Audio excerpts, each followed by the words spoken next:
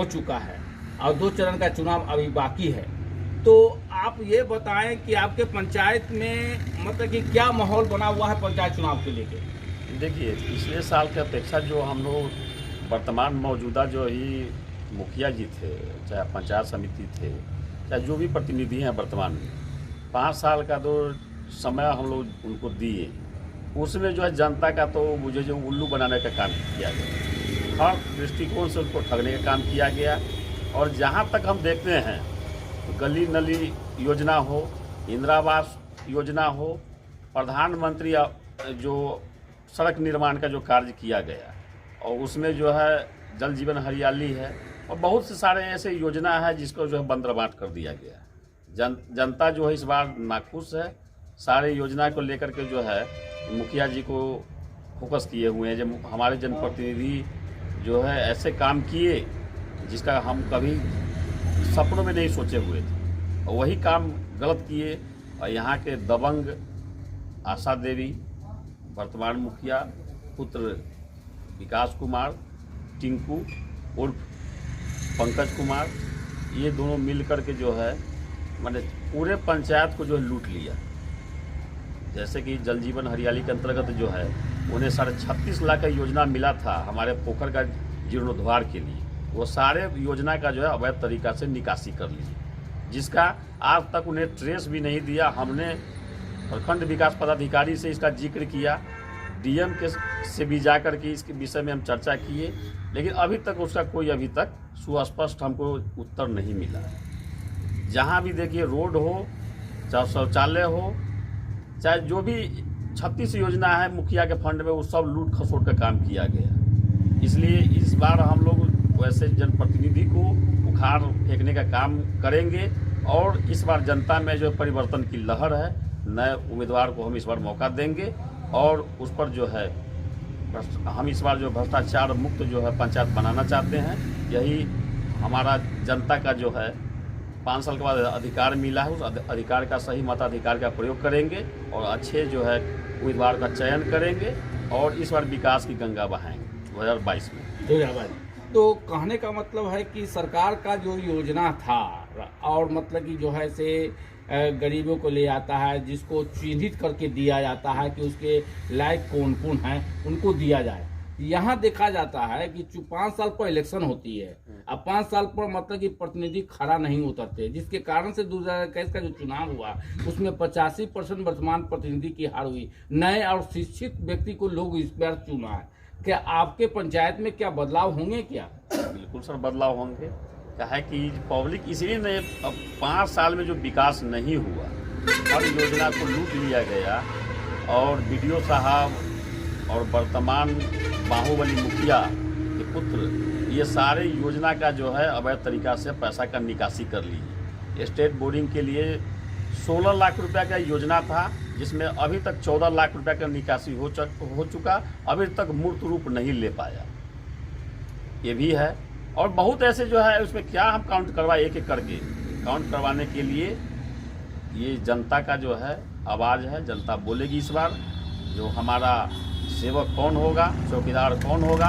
इस बार हम लोग नए जनप्रतिनिधि को नियुक्त करेंगे सेवा के लिए और सेवा के लिए हम लोगों को मौका देगी जनता। आपके पंचायत में हमने घूमा है, उसमें बहुत से कैंडिडेट खड़े हैं, उसमें लोग आम जनता जो है उसमें चुनने के लिए मतलब कि जो है दिक्कत हो रही है, परेशानी हो रही है।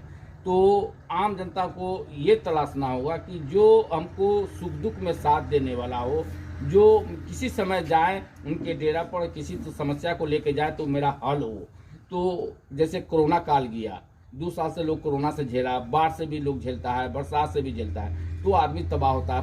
अपनी परेशानियां मतलब प्रतिनिधि को बताया जाता है, अब प्रतिनिधि का काम है कि उसको हल करना। तो ये आप कैसे मतलब कि चुनिएगा, किस तरह चुनिएगा आप मतलब प्रतिनिधि को? नहीं देखिए, हम लोग जो सुख दुख में पब्लिक को हाजिर होते हैं, ठीक है, जनता के प्रति स्नेह रखते हैं, समाज सेवी हैं, उसको हम लोग चिन्हित कर चुके हैं, उसमें कहीं से कोई लेकिन परंतु नहीं है। और हमारे जनप्रतिनिधि जो होंगे चौकीदार के रूप में नियुक्त होंगे और बहुत अच्छे से वो भूमिका अदा करेंगे, इसमें कहीं से लेकिन परंतु नहीं होगी। इसके लिए हम सदा आप जनता के आभारी रहेंगे। और जनता, हम तो जनता हैं, ठीक है, जनता जो है इस बार पूर्ण रूप से जो है गोलबंद है।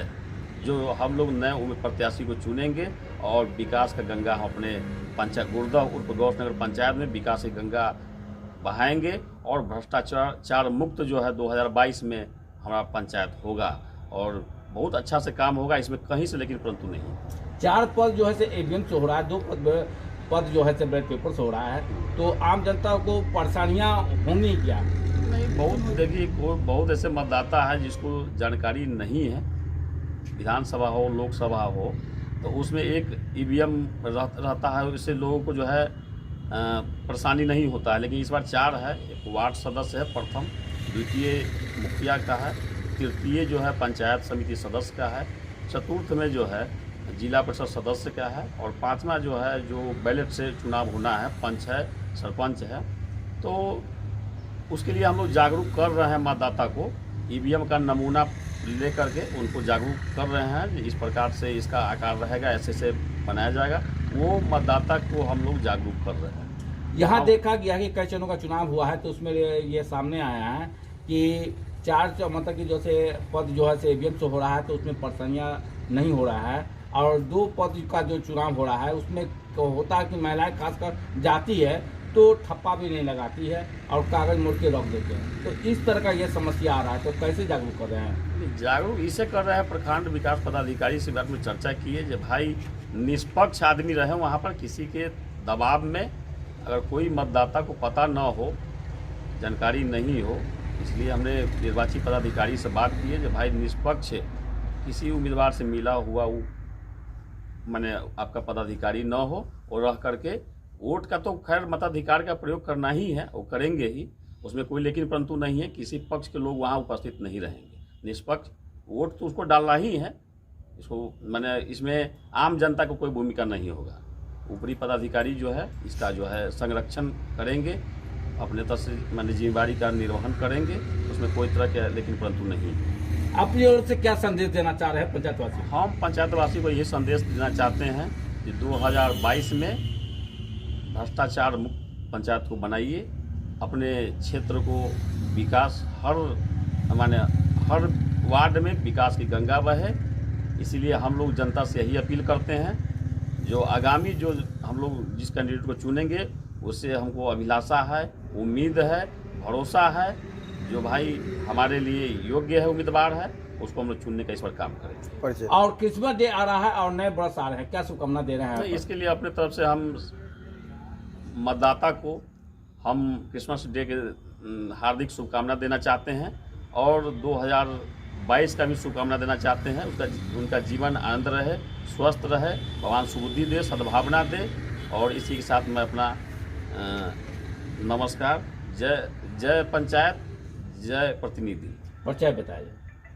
समाज सेवी संतोष कुमार यादव। हम लोग बराबर सेवार्थ की भावना से जनता के साथ संलग्न रहते हैं, माने हर 2 कदम जनता चलती है तो 2 कदम हम भी आगे चलते हैं, इसमें तब से नहीं।